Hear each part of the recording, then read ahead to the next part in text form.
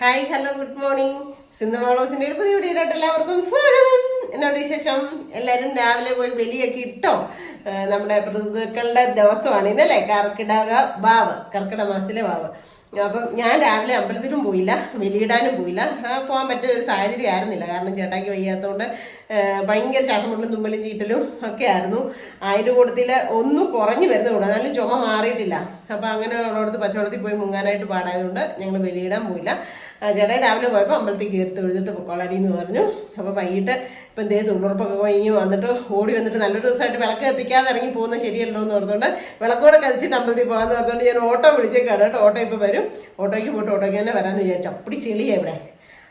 നിങ്ങളിപ്പം മനസ്സിലാക്കാതെ കേട്ടെ, സന്ധ്യ സിന്ധുവ തിരിച്ചു വരുമ്പോ പേടിച്ചിട്ടല്ലേ ഇന്ന് വഴി നിറച്ച് നമ്മുടെ പൂർവീകരും മരിച്ചുപോയ എല്ലാവരും കാണുന്നതാണല്ലോ ഒരു ശാസ്ത്രം അല്ലേ. അതൊന്നും അല്ല കേട്ടോ, ഇവിടെ അപ്പടി ചെളിയാണേ, ഭയങ്കര ചെളിയാ. അപ്പൊ ഇങ്ങോട്ട് കടന്നു വരാനായിട്ട് പാടാകും, പകൽ തന്നെ പാടാകും. ഉള്ളുറപ്പിനൊക്കെ പോകുമ്പോൾ അത്രയും സൂക്ഷിച്ചാ പോകുന്നത്. അപ്പം രാത്രി ആകുമ്പോൾ പിന്നെ സന്ധ്യ ആവുമല്ലോ ഇപ്പം ഞാൻ പോയിട്ട് വരുമ്പം. അപ്പോഴത്തേനും അതുകൊണ്ടാണ് കേട്ടോ ഓട്ടോ വിളിച്ചിട്ടുണ്ട്. ഓട്ടോ ഇപ്പം വരും. അപ്പം വിളക്കൊക്കെ കത്തിച്ച് സന്ധ്യാനാമമൊക്കെ ചൊല്ലിയിട്ട് പോകാമെന്ന് വിചാരിച്ചു. അപ്പം പോയിട്ടൊക്കെ വരാം. എൻ്റെ എന്നാ പറയുന്നത്, എൻ്റെ ചാച്ചനും നമുക്ക് വേണ്ട ഒത്തിരി പേര് നമ്മുടെ ഇടയിൽ നിന്ന് മരണപ്പെട്ടു പോയിട്ടുണ്ട്. എന്നെ വളർത്തി എൻ്റെ അമ്മമാരും എൻ്റെ പൊന്നാങ്ങളെയും അവനും എനിക്ക് എന്നാ പറയുന്നത് എൻ്റെ അച്ഛന് തുല്യമാണ് എൻ്റെ മോനായി. അങ്ങനെ സഞ്ജേട്ടൻ, അങ്ങനെ നമ്മുടെ കുടുംബത്തിൽ നിന്ന് കുറച്ച് പേര് മരിച്ചിട്ടുണ്ട്. അപ്പം അവർക്കൊക്കെ വേണ്ടിയിട്ട് പോയി നമസ്കാരം ചെയ്തിട്ട് വരാമെന്ന് വിചാരിച്ചു. അതേ നമ്മളെ കൊണ്ട് ചെയ്യാൻ പറ്റത്തുള്ളൂ. ഈ കാലാവസ്ഥയ്ക്ക് വയ്യാത്ത ഞാനൊക്കെ പോയി ബലിയിടിയിലൊന്നും നടക്കില്ല. കാരണം ചീറ്റലും തുമ്മലും അസ്വസ്ഥതയും അലർജിയൊക്കെ ആയതുകൊണ്ട് അതുകൊണ്ട് തന്നെ ബലിയിടാൻ പോയില്ല. അതിനുകൂടെ പ്രായശ്ചിത്തം മുടക്ക് തന്നെ ഇന്ന് തന്നെ പോയി നമസ്കാരം ചെയ്യാമെന്ന് വിചാരിച്ചുകൊണ്ട് എല്ലാവർക്കും വേണ്ടിയിട്ടുള്ള പോയി കർമ്മങ്ങളും കാര്യങ്ങളും പൂജയൊക്കെ ചെയ്തിട്ട് ഓടി വരാം കേട്ടോ.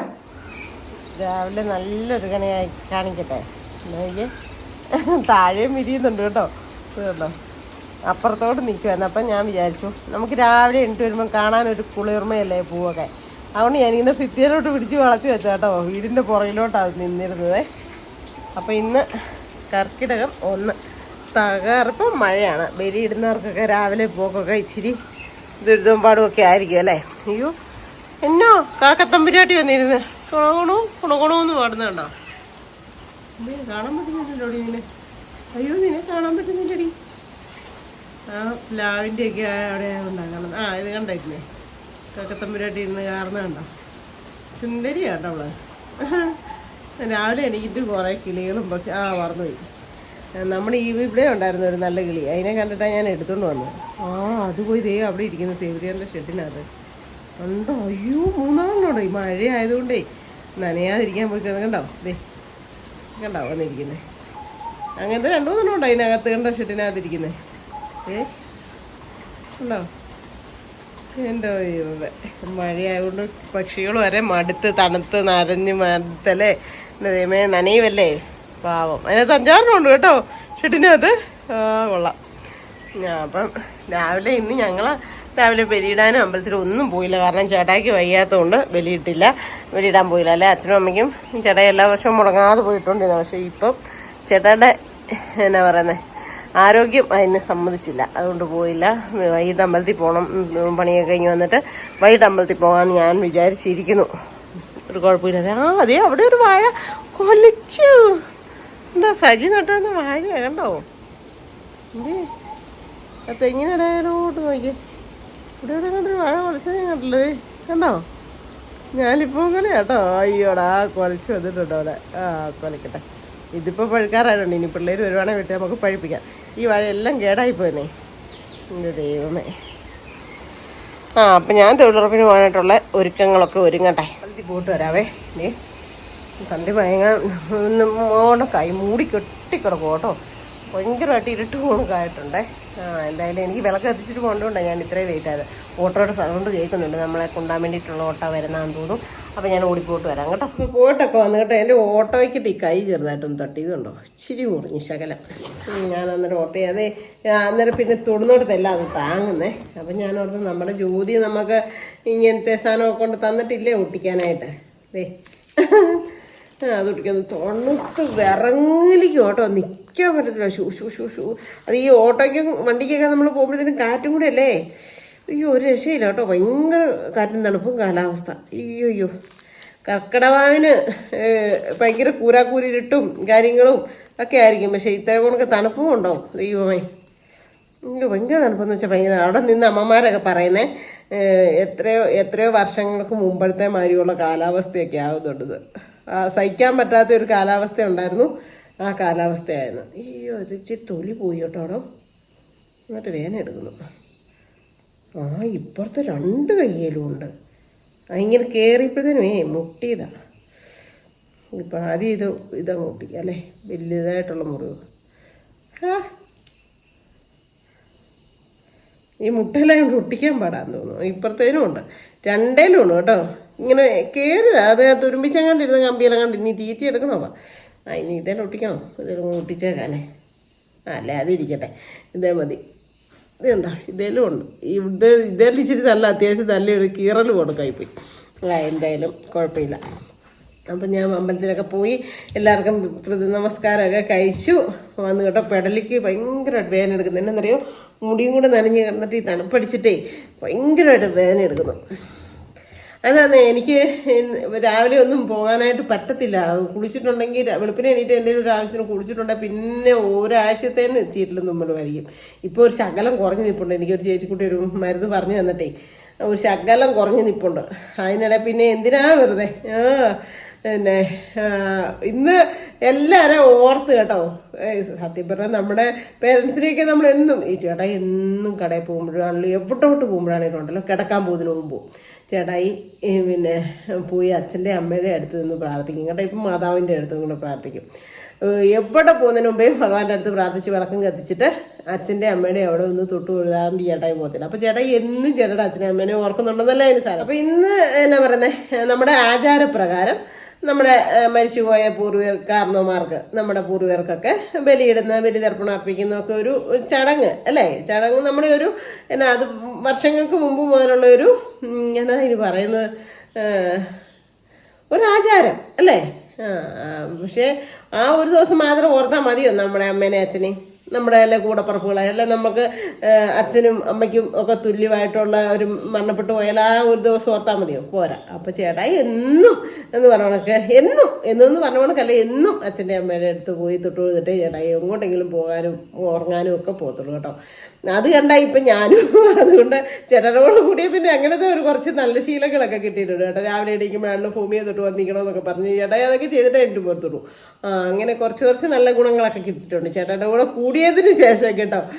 അപ്പം ഇന്ന് പോയി ഇപ്പം പക്ഷേ ഇങ്ങനെ ഒരു ദിവസം ഉള്ളത് കൊണ്ട് നമ്മളെല്ലാം എവിടോട്ട് തിരിഞ്ഞാലും ഇന്ന് വാവല്ലേ ഇന്ന് കാരണവന്മാരൊക്കെ വരും, സൂക്ഷിച്ചോ അങ്ങനെ ഇങ്ങനെ ഒരു കമൻ്റടിയെങ്കിലും നമ്മുടെ കൂട്ടുകാരും സുഹൃത്തുക്കളും ഒക്കെ ചെയ്യും അല്ലേ. അപ്പോൾ ഇന്ന് തൊഴിലുറപ്പിന് പോയപ്പോഴേ എല്ലാവരും പറയും നല്ല ഫുഡൊക്കെ വെച്ച് കഴിച്ചോ, പിന്നെ നോക്കിയിരുന്നോ, കാരണവന്മാർ വരും, വെല്ലുപ്പം വരും, അപ്പനും അമ്മയും വെച്ച് അവർ വരും എന്നൊക്കെ പറഞ്ഞു. അപ്പം ഞാൻ പറഞ്ഞു ഇന്ന് എന്നോട് ആരേലും വിളച്ച് ഇറക്കാൻ വന്ന എൻ്റെ ചുറ്റിനും എന്നെ സംരക്ഷിക്കാൻ വേണ്ടിയിട്ട് എൻ്റെ മരിച്ചുപോയ എൻ്റെ എല്ലാവരും ഉണ്ട് എൻ്റെ ചുറ്റിനും.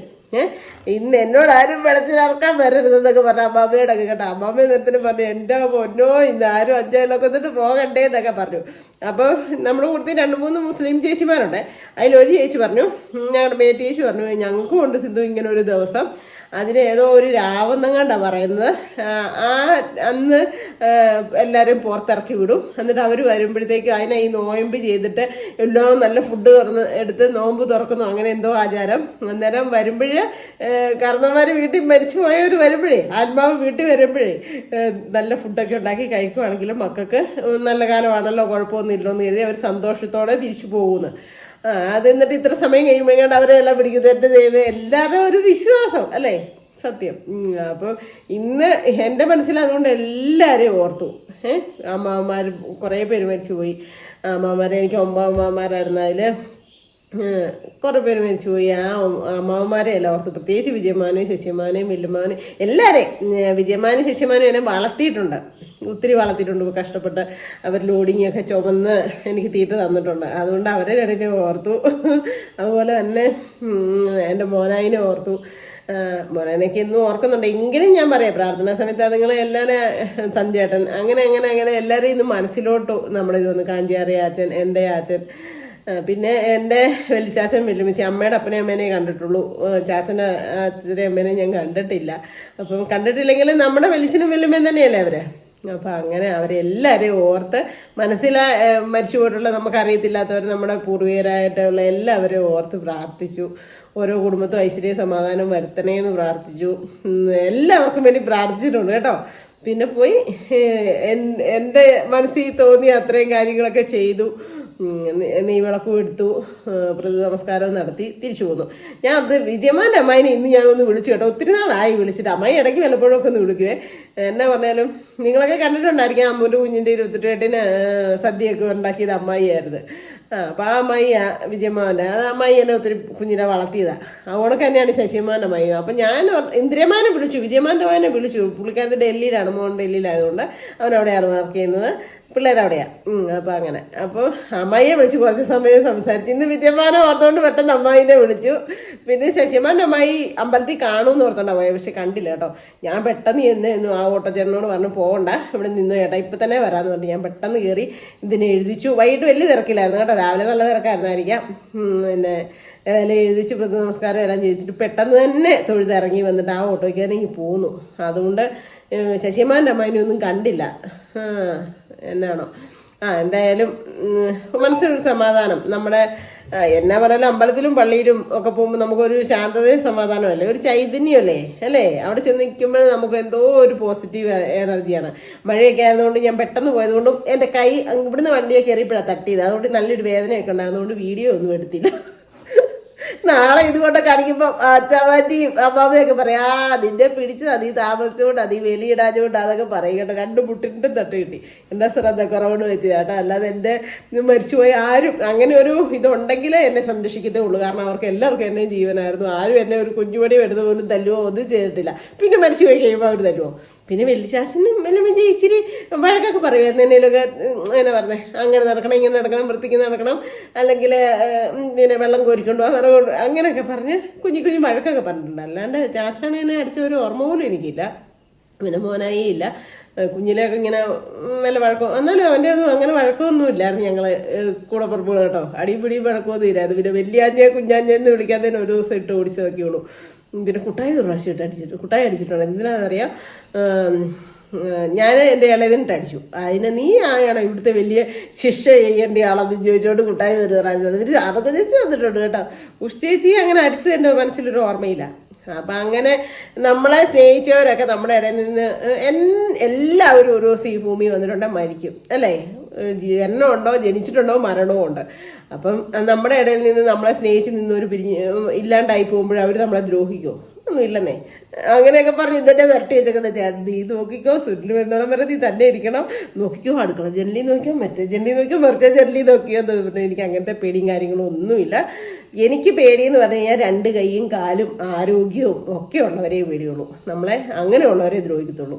അല്ലാതെ പിന്നെ പാമ്പിനെയും പട്ടീനെയും തോട്ടപ്പുഴുവിനെയും അങ്ങനെയൊക്കെയുള്ള സാധനത്തിനൊക്കെയേ പേടിയുള്ളൂ കേട്ടോ. പിന്നെ എന്നാ പറയുന്നത്, നമ്മളെ വിശ്വസിച്ച് നമ്മളെ സ്നേഹിച്ച് നീയോ നല്ലതല്ലേ, നീയോ അങ്ങനെയോ ഇങ്ങനെയോ എന്ന് പറഞ്ഞാൽ നമ്മളെ വലിയ പുകഴ്ത്തി പാടി നമ്മളോട് ചേർന്ന് നിന്നിട്ട് നമ്മളെ കുറ്റം പറഞ്ഞ് നമ്മളെ ചതിച്ച് നമ്മളെ വഞ്ചിക്കുന്നവരുണ്ട് ചിലർ.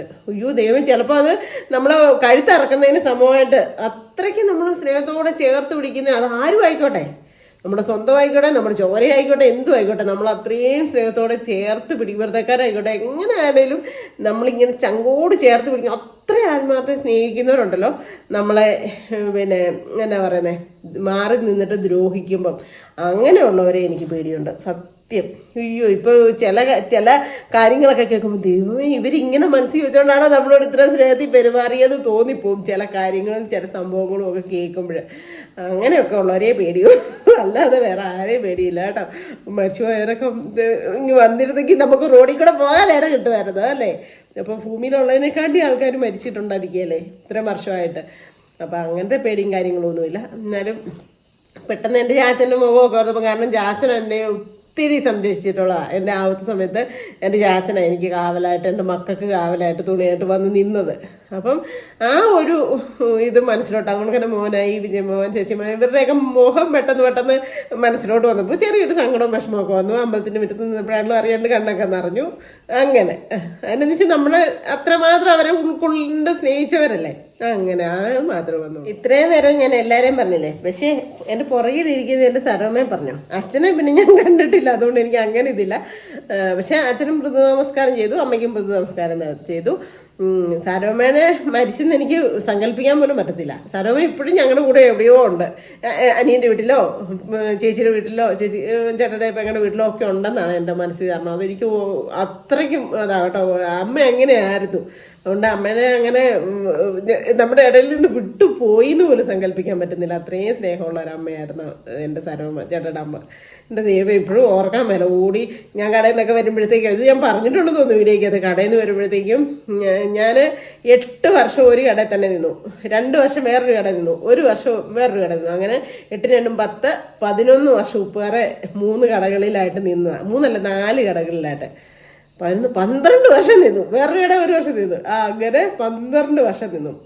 അപ്പം ഈ 12 വർഷം കല്യാണം കഴിഞ്ഞ് ചെന്ന് 1 മാസം കഴിഞ്ഞപ്പോൾ ഞാൻ കടയിൽ പോകാൻ തുടങ്ങിയതാ. ചേട്ടായുടെ വീട്ടിൽ ചെന്നതിന് ശേഷം 1 മാസം കഴിഞ്ഞപ്പോൾ ഞാൻ കടയിൽ പോകാൻ തുടങ്ങിയ. അപ്പം 6-7 വർഷത്തോളം ഞാൻ നടന്ന രാവിലെയും വൈകിട്ടും പൊക്കോണ്ടിരുന്നത്. അത് കഴിഞ്ഞാൽ നമ്മൾ വണ്ടിയൊക്കെ മേടിച്ചത്. 6-7 വർഷമാണ് വന്നത്. അത് ഞാൻ കറക്റ്റായിട്ട് ഓർക്കുന്നില്ല. എൻ്റെ മകൻ 10-ലോ 8-ലോ 9-ലോ 10-ലോ പഠിക്കുമ്പോഴാണ്ടാന്ന് തോന്നുന്നു വണ്ടി എടുത്തത്. അതോ 8-ലാണോന്ന് ഓർക്കുന്നില്ല. എന്നാലും 5-ൽ പഠിച്ചുകൊണ്ടിരുന്നപ്പോഴാണ് അവിടെ ചെല്ലുന്നത്. അങ്ങനെ അത്രയും നാൾ ഞാൻ നടക്കുമായിരുന്നു. രാവിലെയും വൈകിട്ടും 3 കിലോമീറ്റർ അങ്ങോട്ടും നടക്കണം വീട് വരെ ചെല്ലണമെങ്കിൽ, ഇങ്ങോട്ട് ഉപ്പറയ്ക്ക് വരണമെങ്കിൽ 3 കിലോമീറ്റർ, 6 കിലോമീറ്റർ നടന്നായിരുന്നു പോകുന്നത്. അപ്പോൾ ശരിക്കും വലഞ്ഞാ ചേരുന്നത്. ഓണത്തിൻ്റെയും വിഷുവിൻ്റെയും ക്രിസ്മസിൻ്റെയും ഒക്കെ തിരക്കിന് കടയിലൊക്കെ നല്ല തിരക്കാണ്. നമുക്ക് ചില സമയത്ത് ഒരു ഫുഡ് പോലും കഴിക്കാൻ ടൈം കിട്ടത്തില്ല. കാരണം എന്നാന്ന് ചോദിച്ചു കഴിഞ്ഞാൽ അതേപോലെ കാളി ഇടിച്ച് നിൽക്കും. അപ്പം ഏത് ദിക്കിനും സിന്ധു സിന്ധു സിന്ധു എന്നുള്ള വിളിയായിരിക്കും. കാരണം നമ്മൾ എക്സ്പീരിയൻസ് നമ്മൾ മടുപ്പ് മുഖത്ത് കാണിക്കത്തില്ല, ക്ഷീണം കാണിക്കത്തില്ല. നമ്മൾ വരുന്ന കസ്റ്റമറെ അത്രയും തൃപ്തിപ്പെടുത്തി വിടാൻ നോക്കും. അതുകൊണ്ട് തന്നെ സിന്ധു സിന്ധു എന്നുള്ള വിളി വരും. അങ്ങനെ ചില ദിവസമൊക്കെ ചിലപ്പോൾ 3-3:30 ആകുമ്പോഴായിരിക്കും ഒരു ഗ്ലാസ് ചായയൊക്കെ കുടിക്കുന്നത്. നിന്ന് ചോറുണ്ടായി പോലും കഴിക്കാൻ സമയം കിട്ടാതെ ഇങ്ങനെ ഇടിച്ച് തിക്കി നിൽക്കുന്ന തിരക്ക് വരുമായിരുന്നു ആ കടയിൽ. അത്രയും നല്ലൊരു കടയായിരുന്നു. അപ്പം ഞാൻ മടുത്ത് വലഞ്ഞായിരിക്കും വരുന്നത്. ഇതെല്ലാം ഓവർ തിരക്കില്ലാത്ത ദിവസങ്ങളിൽ ഈ 3 കിലോമീറ്റർ നടന്ന് രാവിലെ തൊട്ട് കടയിൽ പോയി നിന്നിട്ട് 8:30 ആകുമ്പോൾ കടയിൽ ചെല്ലണം. 8:15 ആകുമ്പോൾ കറക്റ്റ് ചെല്ലണം. 8:20 അതിൻ്റെ അപ്പുറത്തോട്ട് പോയാൽ മുഷിൽ വരും ഓണർമാർക്ക്. എന്നിട്ട് ആ ടൈമിൽ ചെല്ലണമെങ്കിൽ ഞാൻ വീട്ടിൽ നിന്ന് എപ്പോൾ ഇറങ്ങണം? അപ്പം വീട്ടിലത്തെ പിള്ളേരുടെ കാര്യങ്ങളും എൻ്റെ കാര്യങ്ങളും ബാക്കിയുള്ള കാര്യങ്ങളും ഒക്കെ നോക്കിയിട്ട് എപ്പോൾ ഇറങ്ങണം വീട്ടിൽ നിന്ന്? പിന്നെ എനിക്ക് അമ്മയും വലിയേശം ഉണ്ടായതുകൊണ്ട് ആച്ചുണ്ടായിരുന്നു, എന്നാ വർഷം പറഞ്ഞാലും. എന്നാലും നടന്ന് നമ്മൾ ഉപ്പുറ വരുമ്പോഴത്തേനും തന്നെ മടുക്കും. അന്നേരമൊക്കെ ഞാൻ സാരിയായിരുന്നു കൂടുതൽ ഉപയോഗിക്കുന്നത്. സാരി ഉടുക്കണം. പിന്നെ തിരിച്ച് മഴയാണെങ്കിൽ അങ്ങോട്ട് ചെയ്യുമ്പോഴത്തേനും നനഞ്ഞു കുളിച്ചാൽ അവശതയായിട്ടായിരിക്കും ചെല്ലുന്നത് ഈ പണിയും കഴിഞ്ഞ്. സത്യം. അപ്പോഴത്തേക്കും എൻ്റെ സരോമ ഞാൻ ചെല്ലുന്ന ഏകദേശം ഒരു ടൈം അറിയാലോ. ആ സമയത്തിന് ചായ ഇട്ട് വെച്ചിട്ട് ഞാൻ പോയി പെരക്കകത്തോട്ട് കയറി, ആ ഹാളിൽ നിന്ന് കയറി ഡൈനിങ് റൂമിലോട്ട് കയറുന്നതിന് മുമ്പായിട്ട് ചേട്ടൻ്റെ അമ്മ പണി ചെയ്ത് ഇങ്ങനെ കുനിഞ്ഞ് എന്നാ പറഞ്ഞേ, വളഞ്ഞു പോയി, കൂന് പോണക്ക് ഭയങ്കരമായിട്ടും വളഞ്ഞായിരുന്നിരുന്നേ. ആ കൂനും പിടിച്ച് ഒരു ഗ്ലാസ് ചായയും കൊണ്ട് വരുന്ന എൻ്റെ അമ്മയുണ്ട്.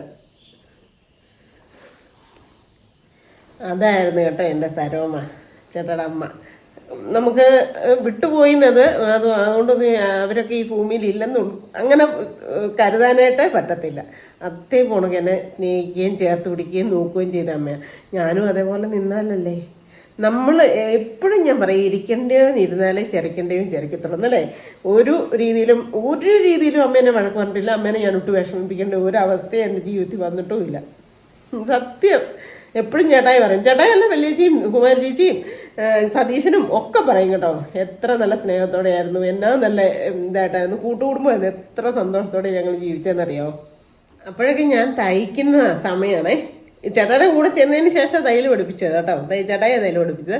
എന്നിട്ട് പിന്നെ അതിന് മുമ്പ് അമ്മ എന്നെ പണ്ടൊന്നും തയ്യൽ പഠിക്കാൻ കൊണ്ട് കിട്ടും, പക്ഷെ പഠിച്ചൊന്നുമില്ല. അത് ഞാൻ എന്തോ ജോലിക്ക് ഇങ്ങനെ ബോംബെക്ക് അങ്ങനെ എന്തോ ചെയ്തു. അത് കഴിഞ്ഞ് എവിടെ പോയി, അല്ല തയ്യൽ പഠിക്കാനൊക്കെ വിട്ടതിൻ്റെ ആ പിറ്റേ മാസം കൊണ്ട് തന്നെ എൻ്റെ കല്യാണമായി. അങ്ങനെ 10-15 ദിവസമേ തയ്യലിന് പോയിട്ടുള്ളൂ. അങ്ങനെ പഠിച്ചില്ലായിരുന്നു. ഒന്നും അറിയത്തില്ലായിരുന്നു, ബട്ടൺ ഹോൾ വരിയാൻ പോലും അറിയത്തില്ലായിരുന്നു. പിന്നെ ചേട്ടായ പഠിപ്പിച്ചത്. അത് കഴിഞ്ഞപ്പോൾ മെഷീനൊക്കെ മേടിച്ച് കഴിഞ്ഞപ്പോഴേ ഞാൻ എപ്പോഴും അമ്മയ്ക്കൊരു ഇച്ചിരി തുണി മതി. അപ്പം നമ്മുടെ കടയിൽ കട്ട് പീസുകൾ ഇഷ്ടം പോലെ ഒരു 2x2-ൻ്റെയൊക്കെ മുറിച്ച് കഴിയുമ്പോൾ ബാലൻസ് 60 സെൻറ്റിമീറ്റർ 70 സെൻറ്റിമീറ്റർ ഒക്കെ ഇഷ്ടം പോലെ വരുവേ. അപ്പോഴത്തേക്കും ചേച്ചി ഉണ്ട് പറയാം, അതുകൊണ്ട് സിന്ധു സരോമയ്ക്ക് ബ്ലൗസ് വെച്ച് കൊടുക്കുക എന്ന് പറയാം. അപ്പം എപ്പോഴും തന്നു വിടുമായിരുന്നു കേട്ടോ, എന്നാ പറിച്ചിട്ട് പറഞ്ഞാലും. അതുകൊണ്ട് സരോമ, അപ്പം ഞാൻ സരോമയുടെ കാര്യവും അവിടുത്തെ കാര്യമെല്ലാം ചേച്ചിയോട് പറയുമല്ലോ. ഞാൻ അനുഭവിച്ച് വന്നിടത്തുനിന്ന് ചേട്ടായുടെ വീട്ടിൽ ചെന്നപ്പോൾ എനിക്കൊരു പുതിയ അനുഭവമായിരുന്നു ആ വീട്ടിലെ ജീവിത രീതി. ഭയങ്കരമായിട്ട് വ്യത്യാസമുള്ളൊരു വീടായിരുന്നു. അത്രയും സ്നേഹവും എല്ലാവരും സ്നേഹിക്കാൻ മാത്രം അറിയാവുന്ന നല്ല മനുഷ്യരായിരുന്നു ചേട്ടയുടെ കൂടപ്പറപ്പുകളുടെ മക്കളായിക്കോട്ടെ അങ്ങനെ. അപ്പം ഇങ്ങനെ ഞാൻ കടയിൽ ചെന്നിരുന്ന് പറയല്ലേ, അന്നേരം ചേച്ചി അങ്ങനെ തന്നുവിടും. അപ്പം ഞാൻ ഇങ്ങനെ ഓരോ ആഴ്ചയും തിങ്കളാഴ്ച ഞാൻ വീട്ടിൽ ഇരിക്കുന്ന തിങ്കളാഴ്ചകളിലെല്ലാം ഈ തയ്യൽ പഠിച്ചു കഴിഞ്ഞപ്പോൾ അമ്മയ്ക്ക് ബ്ലൗസ് തയ്ച്ചു കൊടുക്കുവേ. ബ്ലൗസ് അടിക്കി ഇത് എന്തിനാടി വെച്ചേ എനിക്കിത് മൊത്തങ്ങൾ തയ്ച്ചു തരുന്നത്, ഞാൻ ഇനി എത്ര നാൾ കാണും ഈ ഭൂമിയിലെന്ന് പറയാമെന്ന്. അപ്പം ഞാൻ പറയാം, അമ്മ പുതിയ തീരെ ഇട്ടോ, ഓരോ കളറും എടുത്തോണ്ട് വന്നിട്ടേ ആ കളറൊക്കെ തയ്ക്കുമ്പോൾ ഈ കളർ എനിക്ക് ഇച്ചിരി ഇഷ്ടമാണ്. അതൊക്കെ ഇപ്പോഴും എൻ്റെ മനസ്സിൽ എന്നോട് അങ്ങനെ സന്തോഷത്തോടെ പറയുന്നതും ചേർത്ത് നിർത്തുന്നതും ഒക്കെ. അതുകൊണ്ടൊക്കെയാണ് ഞാൻ മാല മേടിച്ചേ. അമ്മയ്ക്ക് മാല ഇല്ലായിരുന്നു, എന്തോ ആവശ്യത്തിന് മാല ഉണ്ടായിരുന്നൊക്കെ അവർ വിറ്റായിരുന്നു. അത് ഞാൻ മിണ്ടോതെ പറയാതെ ഒരു ദിവസം ചെന്നപ്പോൾ ഇതേ ഓണക്ക് മാല മേടിച്ചുകൊണ്ട് ചെന്നു. അന്ന് എനിക്ക് പോസ്റ്റ് ഓഫീസ് കിട്ടിയുണ്ട്, അത് കിട്ടി. നമ്മുടെ ഇന്ദിരാമേനോട് തന്നെ കേട്ടോ, പോസ്റ്റ് ഓഫീസ് കിട്ടി. എന്നിട്ട് ഞാൻ മാല മേടിച്ചുകൊണ്ട് കൊണ്ടുപോയി കൈ വെച്ച് കൊടുത്തു. എൻ്റെ ദൈവമേ, എനിക്കറിയത്തില്ല, അതൊക്കെ അമ്മയുടെ ആ മോഹമൊക്കെ ഇപ്പോഴും എൻ്റെ മനസ്സിൽ എൻ്റെ കണ്ണിലിരിപ്പുണ്ട്. അതുകൊണ്ട് അമ്മയൊന്നും നമ്മുടെ അടുത്ത് നിന്ന് പോയി എന്ന് എനിക്ക് സങ്കല്പിക്കാനായിട്ട് പറ്റത്തേയില്ല, എനിക്കതൊന്നും ഓർക്കാൻ പോലും പറ്റത്തില്ല. ഇപ്പോഴും അമ്മ നമ്മുടെ കൂടെ എവിടെയോ ഉണ്ട് എന്നുള്ള ഒരു ഇതേ ഉള്ളൂ. അതായത് നമ്മുടെ വീട്ടിലില്ലെങ്കിലും അമ്മയുടെ മക്കളുണ്ടല്ലോ വേറെ, ആ മക്കളുടെ ഒക്കെ കൂടെ ഉണ്ടെന്നുള്ള ഒരു ഇതാണ് കേട്ടോ. പിന്നെ കുമാരി ചേച്ചി ഇന്ന് രാവിലെ തന്നെ അമ്പലത്തിൽ പോയെന്ന് പറഞ്ഞു. അളിയൻ്റെ അച്ഛനും അമ്മയും വെച്ച് പോയതല്ലേ, അപ്പം ബലിയിടാൻ വേണ്ടി പോയിട്ടുണ്ടായിരുന്നു. അപ്പോൾ കുമാരി ചേച്ചിയും പോയി. കുമാരി ചേച്ചി ബലിയിട്ടില്ല, വ്രത നമസ്കാരമൊക്കെ നടത്തി കാണുമായിരിക്കും. അപ്പോൾ രാവിലെ പോയി വെച്ചേന്ന് പറഞ്ഞു. അങ്ങനെ അപ്പം ഇന്നത്തെ ഒരു ദിവസം ഇങ്ങനെയൊക്കെയായി. എന്നാ പറച്ചിന് പറഞ്ഞാലും അവർ മരിച്ചുപോയ എല്ലാവരും നമ്മളെ കാണാൻ വരുമെങ്കിൽ വരട്ടെ. ഇതല്ലെങ്കിൽ എല്ലാവരുടെ ആത്മാവിന് നമുക്ക് എല്ലാവർക്കും നിത്യശാന്തി കിട്ടണേ എന്നും അവരൊക്കെ സന്തോഷമായിട്ട് ഏതോ ഒരു ലോകത്ത് ഉണ്ടെന്നുള്ള ഒരു വിശ്വാസത്തോടെ നമുക്കെല്ലാം അവർക്ക് വേണ്ടി പ്രാർത്ഥിക്കാം അല്ലേ. നല്ല ഇതായിട്ട് ഇരിക്കണേ എന്ന്. ചിലരൊക്കെ പറഞ്ഞേക്കാം ഇങ്ങനെ ദുർമരണമൊക്കെ ആണെങ്കിൽ അലഞ്ഞ് നടക്കും, അങ്ങനെ നടക്കും. ഇതൊക്കെ ഉള്ളതാണേലും ഇല്ലാണേലും പറയാൻ പറ്റത്തില്ലല്ലോ. പണ്ടുള്ള പൂർവ്വീകർ കാരണവന്മാർ തൊട്ടുള്ള പറച്ചിലല്ലേ അല്ലേ. അപ്പോൾ അങ്ങനെ ഒരു ആത്മാവുകൾ ഉണ്ടെങ്കിൽ അവർക്കൊക്കെ ശാന്തി കിട്ടട്ടെ. പക്ഷേ എനിക്ക് ചില സമയങ്ങളിലുണ്ടല്ലോ എന്തെങ്കിലും വിഷമമൊക്കെ വരുമ്പം എനിക്ക് ചിലപ്പോൾ സമയങ്ങളിൽ ഫീൽ ചെയ്യാറുണ്ട് അവരൊക്കെ നമ്മുടെ കൂടെ ഉണ്ട്, നമ്മളെ സംരക്ഷിക്കുന്നുണ്ടെന്ന്. ചിലപ്പോൾ ശരിയായിരിക്കാം, ഒരു മുഴുവനും കൊള്ളാതെ നമ്മളെ കാത്തു വരുമായിരിക്കുന്നില്ലേ. ഇപ്പോഴൊക്കെ ആണെങ്കിൽ തെന്നിത്തെറിച്ച് കിടക്കുന്നിടത്തൂടെ ഈ തൊഴിലുറപ്പിന് പോകുന്നതിനോ തെറ്റലാന്നറിയോ. ഈ തിരിച്ച് അങ്ങോട്ട് കയറുമ്പോൾ എനിക്ക് വലിയ പ്രശ്നമില്ല, കയറുവേ. തിരിച്ചിങ്ങോട്ട് ഇറങ്ങുമ്പോൾ മുട്ടുകിടുകിടാന്ന് പറയും. കഴിഞ്ഞ ദിവസം തങ്കച്ചനുണ്ട് പറയാം, എൻ്റെ മോനെ നീ ആ വിരൽ ശരിക്കും പതിച്ചിട്ട് നടക്കടി അങ്ങോട്ട്, ഇങ്ങനെ കാല് ഫ്രണ്ട് വിരലെല്ലാം ഇങ്ങനെ ശരിക്കും അമക്കി ചവിട്ടി നടക്കടി. എനിക്ക് ഒരു കാലും പറിക്കുമ്പോൾ എന്നെ മുട്ടുകിടുകിടാന്ന് പറയും. അപ്പോൾ തൊട്ട് പറയും ചേട്ടൻ വരുക, തൊട്ട് മുമ്പിൽ ചേട്ടൻ്റെ ഭാര്യയും. അപ്പോൾ പറയാം ഇങ്ങനെ നടക്കുന്നത്. അങ്ങനെ നടക്കുമ്പോൾ പോലും പേടിയുണ്ട്. അപ്പോഴും പെട്ടെന്ന് നമ്മുടെ അമ്മേനെ അപ്പനെയൊക്കെ നമ്മൾ ഒരാപത്ത് വരുമ്പോൾ എല്ലാവരും ആരെ വിളിക്കാറുള്ളൂ, അമ്മേനെ അല്ലേ. അത് ഏത് അമ്മയായിക്കോട്ടെ, അപ്പം നമ്മളെ സംരക്ഷിക്കുന്നുണ്ട് എന്നുള്ള ഒരു ഇതല്ലേ. അപ്പോൾ അങ്ങനെയൊക്കെയുള്ള സമയങ്ങളിൽ ഞാൻ ഓർക്കും ഇതുങ്ങളൊക്കെ എൻ്റെ ചുറ്റിനും ഉണ്ട്. ഇത് വലിയ അവയ്ക്ക് ചെയ്ത് എല്ലാവരോടും പറയും എൻ്റെ ചുറ്റിനും ഉണ്ട് കേട്ടോ. വലയം വെച്ച് നിൽക്കുക എൻ്റെ എല്ലാവരും. അതുകൊണ്ട് എൻ്റെ ആ രീതിയിൽ വരരുതേ, എന്നെ തൊണ്ടാൻ വരരുതേ, എന്നെ വഴക്കുണ്ടാക്കാൻ വരരുതേ എന്ന്. അങ്ങനെ അപ്പോൾ ഇനിയും ഞാനിങ്ങനെ പറഞ്ഞിരുന്നാലേ ചേട്ടായി വരുമ്പോഴത്തേനും കുളിക്കാൻ വെള്ളം വെക്കണം, ചേട്ടായിക്കുള്ള ഫുഡ് റെഡിയാക്കണം. ഞാൻ വന്നിട്ടുണ്ടല്ലോ തല്ലി അലച്ച് ഇച്ചിരി പണി ഉണ്ടായിരുന്നു വീട്ടിൽ. അതിലൊന്ന് പെട്ടെന്ന് ആക്കി അഴിച്ച് വെച്ചിട്ട് വലിയ ഓവറായിട്ട് ചെയ്യാൻ സമയം കിട്ടത്തില്ല. പണി തൊഴിലുറപ്പ് കഴിഞ്ഞ് വരുമ്പോഴത്തേനും പിന്നെ സമയം ഇല്ല. അപ്പോൾ പെട്ടെന്നൊന്ന് ചെയ്ത് വെച്ചിട്ട് ചായ മാത്രം ഒരു അര ഗ്ലാസ് ചായ മാത്രം കുടിച്ചിട്ട് പോയാൽ എനിക്കും വിശക്കുന്നുണ്ട്. സമയം തീരണ്ട 7:30 ആയി. 7:30 മുമ്പേ ഞാൻ കഴിക്കുന്നതാണ്. പിന്നെ ഇപ്പം ഈ കർക്കിടകം ഒന്ന് തുടങ്ങി. ചേട്ടായുടെ കൂടെ ഇരുന്ന് ചീര കഴിച്ചിട്ടാണ് കിടക്കുന്നത്. ചീര തോരൻ എന്തെങ്കിലും വെക്കും. ഇപ്പോഴും പറിച്ചുകൊണ്ട് വെച്ചിട്ടുണ്ട്. അപ്പോൾ അവനെ പെട്ടെന്നൊന്ന് അരിഞ്ഞ് സെറ്റാക്കട്ടെ ചേട്ടായി വരുന്നതിന് മുമ്പായിട്ട്. ഏട്ടയായി വെള്ളവും വെച്ച് ഇത് തോരനും വെക്കട്ടെ. എനിക്ക് നന്നായിട്ട് വിശക്കുന്നുണ്ട്. സാധാരണ തൊഴിലുറപ്പ് കഴിഞ്ഞ് വരുമ്പോൾ എന്തെങ്കിലും ഒന്ന് കഴിക്കും. ചെറുതായിട്ട് ലൈറ്റായിട്ട് എന്തെങ്കിലും ഒന്ന് കഴിച്ചിട്ട് പിന്നെ ചേട്ടായുടെ കൂടെ ഇരുന്ന് ആ ചീരത്തോരനും കൂടെ കഴിച്ചിട്ട് ഞാൻ കിടക്കുമ്പോൾ എന്നാലും 10, 11 മണിയൊക്കെ കഴിയും ഈ വീഡിയോയുടെ കാര്യങ്ങളൊക്കെ ചെയ്തിട്ടേ. അപ്പോഴത്തേനും ദഹിക്കുമല്ലോ. അല്ലെ 7 മണിക്ക് മുമ്പേ ഞാൻ ഫുഡ് കഴിക്കുന്ന. അപ്പം അതൊക്കെ ചെയ്യട്ടെ. ഇനി ഒത്തിരി കാര്യങ്ങൾ പറഞ്ഞുകൊണ്ടിരുന്നു കഴിഞ്ഞാലേ നാളെ പറയാം ബാക്കി വിശേഷങ്ങൾ കേട്ടോ. അപ്പോൾ ഇന്നത്തെ ഒരു വിശേഷം ഇത്രയൊക്കെ ഉള്ളൂ. എല്ലാവർക്കും ഇഷ്ടമെങ്കിൽ ലൈക്ക് ചെയ്യുക, ഷെയർ ചെയ്യുക, സബ്സ്ക്രൈബ് ചെയ്യുക, കമൻറ്റിൻ്റെ കൂട്ടത്തിൽ ബെൽ ബട്ടൺ ഇടിച്ചു കൊടുക്കുക കേട്ടോ. അപ്പോൾ പുതിയൊരു വീഡിയോ വരുന്നവരെല്ലാവർക്കും ടാറ്റാ.